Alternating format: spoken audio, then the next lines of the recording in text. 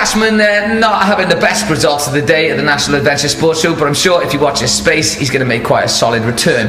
Now, moving on. This guy's album, Metaphysical, has been hailed as one of the best British hip-hop debuts of the year.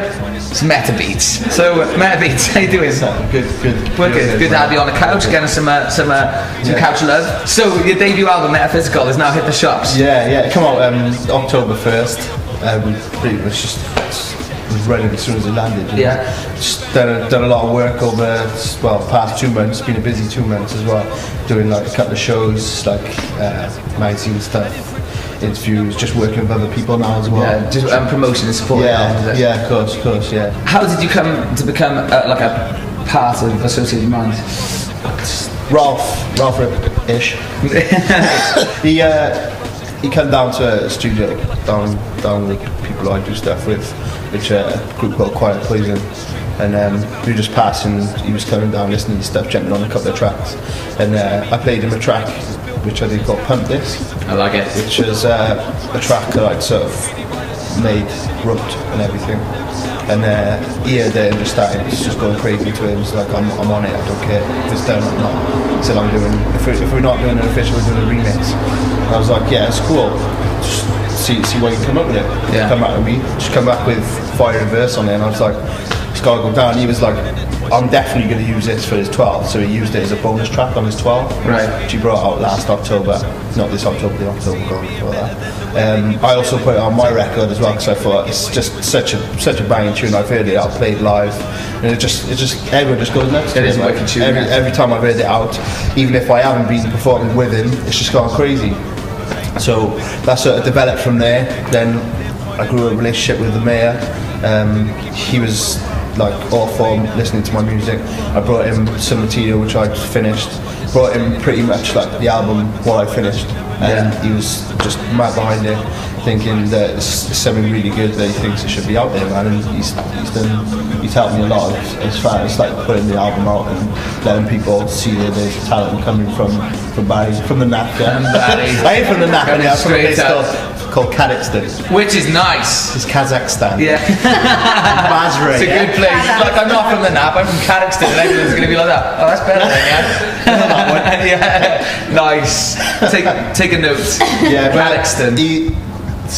Like the album come out like October, and since then it's just been, well, I've heard very, very little of anyone saying anything bad about it, no. which is a good thing. Well, most of the reviews that I've read have all been positive about it, and as I said, like in one, it was actually hailed as one of the best British hip hop debuts of the year. Well, actually, quite a good. It's a quite a good title. Yeah. That's it for part one, but coming up after the break, we've got BMX in and more chat with Metabeats.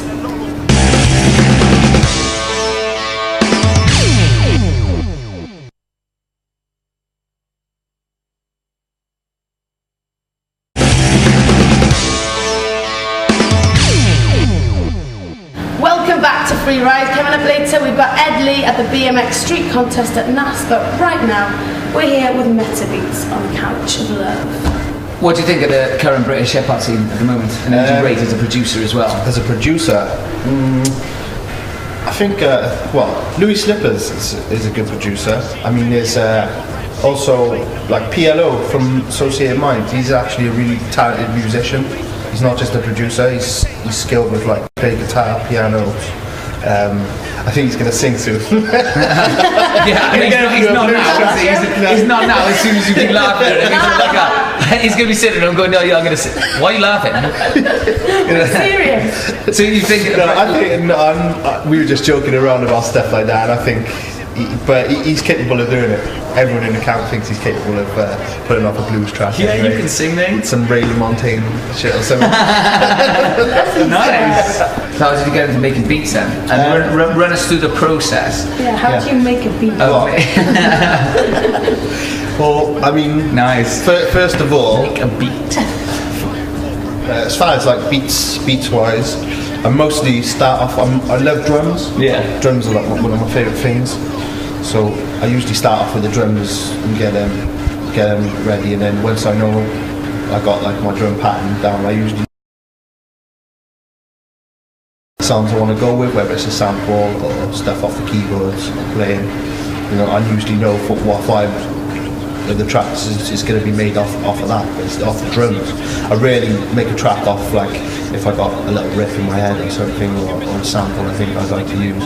Like, I'm not one of those people, like, I find a lot of people say they got an idea in their head before they go into the studio. Right. I don't really work that way. I usually go into the studio and then my ideas usually come out as... Get the foundations down first and then like layer on top of it. Yeah. So you never just sort of walk down the street and get a riff in your head and have to sort of stuff like that. Don't get me wrong, I'll be walking down the street and hear something in my head. Break out into song. Yeah. Has anyone got a pen and paper? I don't usually do it. When I get home, it's never usually the case. I mean, some people do that. Go home, have an idea, and don't turn out the same as their idea. Yeah. It's usually my case because I won't usually think about it before I go in the studio and say I'm going to make that sort of beat today. It never turns out that way. I just make it as it comes out. Metabeats, nice one for coming in and having a chat with us. Everyone give it up for Metabeats.